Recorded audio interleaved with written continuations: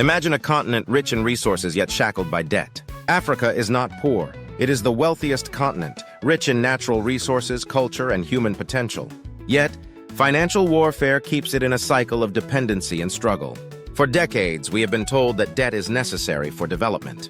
Global institutions portray loans as solutions. However, the reality is deceitful.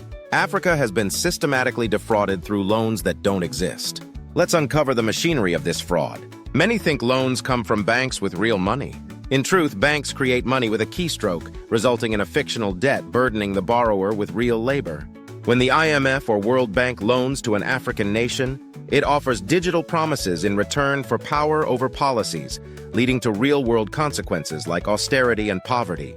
This isn't about development, it's entrapment. Africa pays with real resources such as gold, labor, and oil, these fictitious debts. As African nations gained independence in the 1950s and 60s, hope was abundant. However, economic colonialism replaced political control. By the 1970s, new loans emerged as the bait, luring countries into a trap that would suffocate their economies. With rising debt in the 1980s, the IMF initiated structural adjustment programs, demanding currency devaluation and cuts to public services. This deepened the debt cycle as nations like Ghana and Nigeria fell into dependency, struggling under the burdens of imposed policies. Ghana's journey reveals the truth. From independence under Nkrumah to repeated IMF bailouts, it transformed from a self-sufficient nation to an IMF-dependent economy. Income from rich resources transformed into borrowed funds to cover basic needs. Nigeria exhibits the same paradox. It boasts vast oil wealth, yet spends most of its revenue servicing unmanageable debt. Zambia's story is equally grim as it became a mining colony. The privatization of its assets meant foreign companies reaped benefits while Zambia remained in debt. These loans serve as neo-colonial weapons, allowing Western powers to control African nations through debt.